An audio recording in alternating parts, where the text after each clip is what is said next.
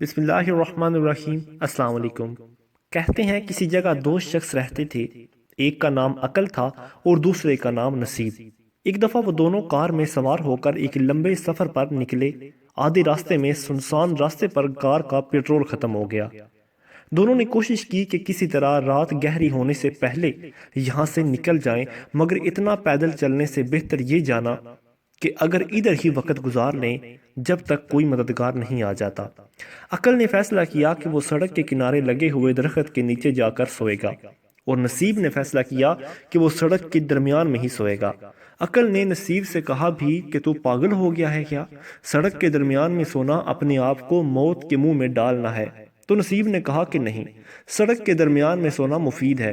کسی کی مجھ پر نظر پڑ گئی تو جگا کر یہاں سونے کی سبب پوچھے گا اور ہماری مدد کرے گا، اور اسی طرح عقل درخت کے نیچے جا کر، جبکہ جو نصیب ہے وہ ادھر سڑک کے اوپر ہی سو گیا۔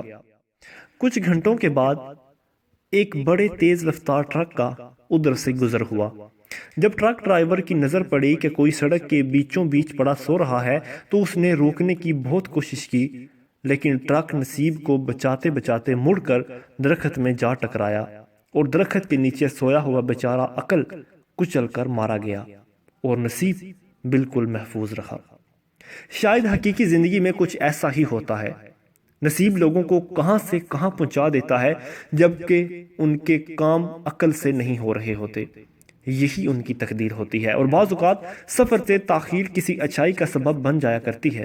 شادی میں تاخیر کسی برکت کا سبب بن جایا کرتی ہے۔ اولاد نہیں ہو رہی، اس میں بھی کچھ مصلحت ہوا کرتی ہے۔ نوکری سے نکال دیا جانا بھی ایک بابرکت کاروبار کی ابتدا بن جایا کرتا ہے۔ ہو سکتا ہے کہ ایک چیز تمہیں ناگوار ہو اور وہی تمہارے لیے بہتر ہو، اور ہو سکتا ہے کہ ایک چیز تمہیں پسند ہو اور وہی تمہارے لیے بری ہو۔ اللہ بہتر جانتا ہے، تم بہتر نہیں جانتے۔ مزید اچھی ویڈیوز کے لیے ہمارے چینل کو سبسکرائب